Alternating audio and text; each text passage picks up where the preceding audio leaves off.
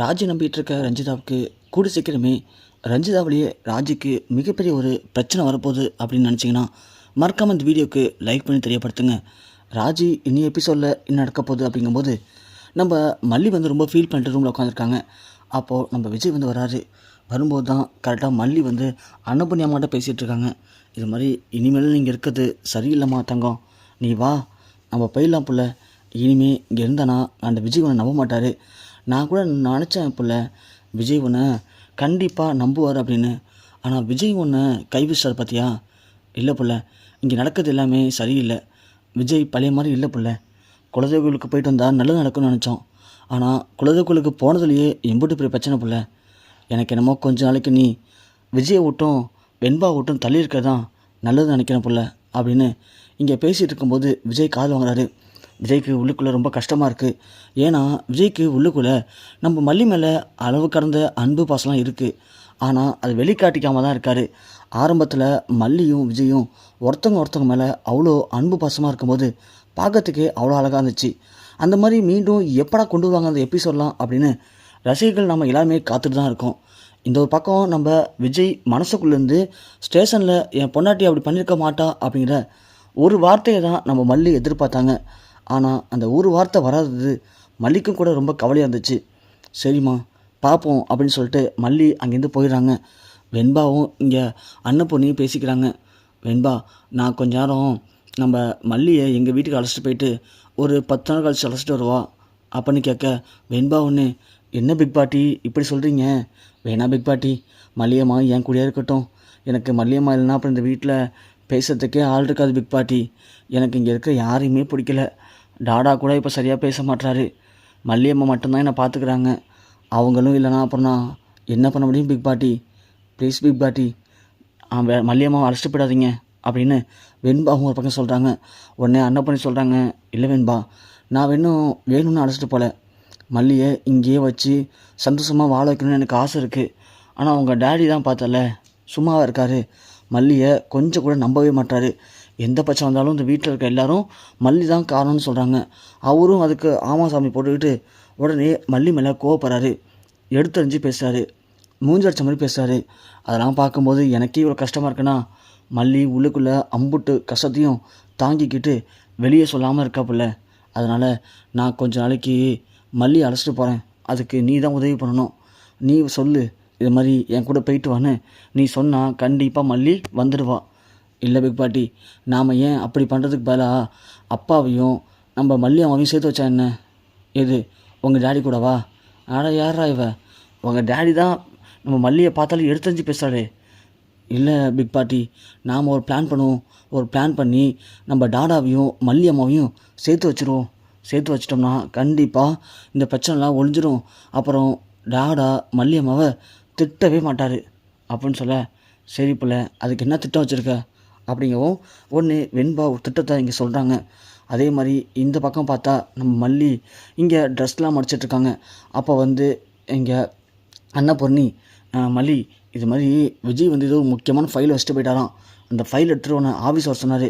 நீ சீக்கிரம் எடுத்துகிட்டு போயிட்டு வந்துருப்பில்ல அப்படின்னு சொல்ல, என்னம்மா என்ன திரும்பவும் நீங்கள் உங்கள் நாளத்தை ஆரம்பிச்சிட்டிங்களா? இங்கே பாருங்கள், நீங்கள் ஏதாவது பண்ணி என்னையும் விஜயும் சேர்த்து வைக்கணும்னு நினைக்கிறீங்க.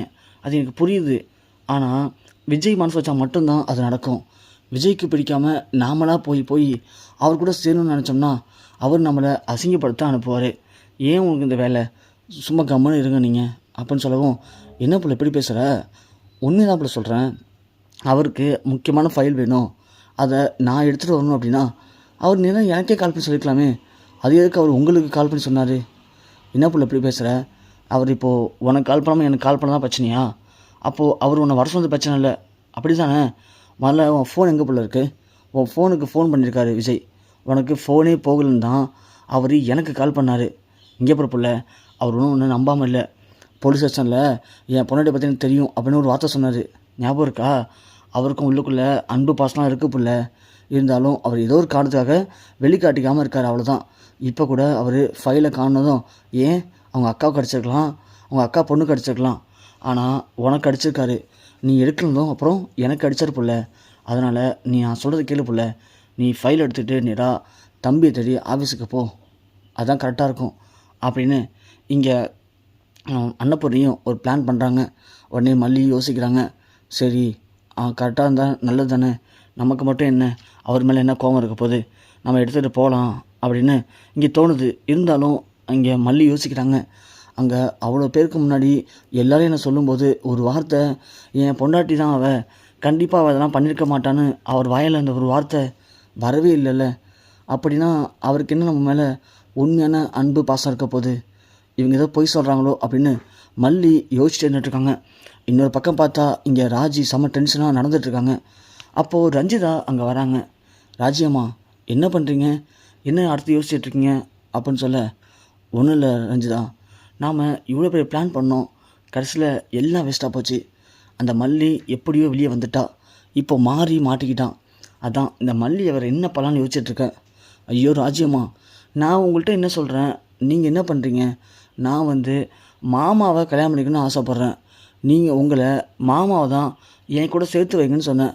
ஆனால் நீங்கள் அதை விட்டுட்டு இந்த மல்லியை பழி வாங்குறேன்னு நீங்கள் தேவையான வேலை பார்த்துட்ருக்கீங்க. இப்போ கூட பாருங்கள், மாமாவை சேர்த்து வைக்கிறத விட்டுட்டு மல்லியை பழி வாங்க போய் தான் இப்போது இப்படி பெரிய பிரச்சனை. அந்த மாரியை போலீஸ் அரெஸ்ட் பண்ணியிருக்காங்க. அந்த மாரியை மட்டும் உண்மையை கேட்டு அடித்து துன்புறுத்தினாங்கன்னா, ஒருவேளை அவன் உண்மையை சொல்லிட்டானா, யோசிச்சு பாருங்க ராஜ்யம்மா, உங்களால் நானும் மாட்டிப்பேன். நான் என்ன தப்பு பண்ணேன் சொல்லுங்கள். நான் ஆசைப்படுறது ஒன்று மட்டும்தான், நான் விஜய் மாமாவை கல்யாணம் பண்ணிக்கணும். எனக்கு அதுக்கு மட்டும் ஏற்பாடு பண்ணுங்கன்னு சொன்னால் அதை விட்டு நீங்கள் இப்படி தேவையில்லாத வேலை பார்த்துட்ருக்கீங்களா ராஜ்யம்மா, எனக்கு நீங்கள் பண்ணுறது சுத்தமாக பிடிக்கல ராஜ்யம்மா அப்படின்னு ரஞ்சிதா சொல்கிறாங்க. உடனே ராஜேஷ் சொல்கிறாங்க, ஏய் ரஞ்சிதா என்ன பேசுகிற நீனு, இவ்வளோதும் பண்ணுறது உனக்காக தாண்டி, அதை ஃபஸ்ட்டு புரிஞ்சுக்கோ. விஜயை கல்யாணம் பண்ணிக்க சொன்னால் எப்படி பண்ணிக்க முடியும், விஜய் தான் அந்த மல்லியை கல்யாணம் பண்ணியிருக்கான்ல, அப்போது மல்லியை இந்த வீட்டை விட்டு அனுப்பணும்.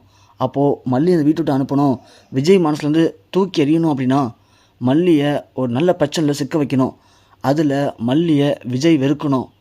புரியுதா? அப்படிலாம் நடந்தால் மட்டும்தான் விஜய் திரும்ப அடுத்த கல்யாணத்துக்கு ஒத்துப்பான். அப்போ தான் உன்னை கல்யாணம் பண்ணி வைக்க முடியும்.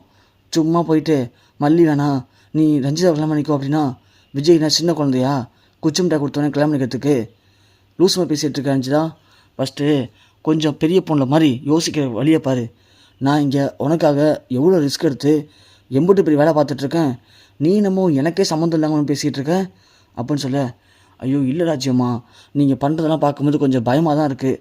அதான் நாம் எல்லாம் மாட்டிக்கிட்டோம்னா அப்புறம் எல்லாத்துக்காரும் நாம் தான் தெரிஞ்சு போயிடும், அப்புறம் கடைசி வரைக்கும் விஜய் மாமா கூட சேர முடியாமல் போயிடும்ல, அதனால் அப்படி பேசிட்டேன் ராஜ்யம்மா அப்படின்னு சொல்ல, சரி அப்படின்னு ராஜி மண்டையாட்டுறாங்க.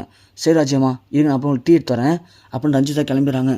உடனே ராஜி யோசிக்கிறாங்க, இவன் என்ன இப்படி அந்த பெல்ட் அடிக்கிறா, போகிற பக்கம் பார்த்தா இவ நம்மளே கோத்து விட்ருவாப்பளுக்கு, இவளை முதல்ல கொஞ்சம் பார்த்து சூதானமாக தான் நடந்துக்கணும் இவள்கிட்ட அப்படின்னு ராஜி இங்கே ரஞ்சிதா பார்த்து யோசிக்கிறாங்க.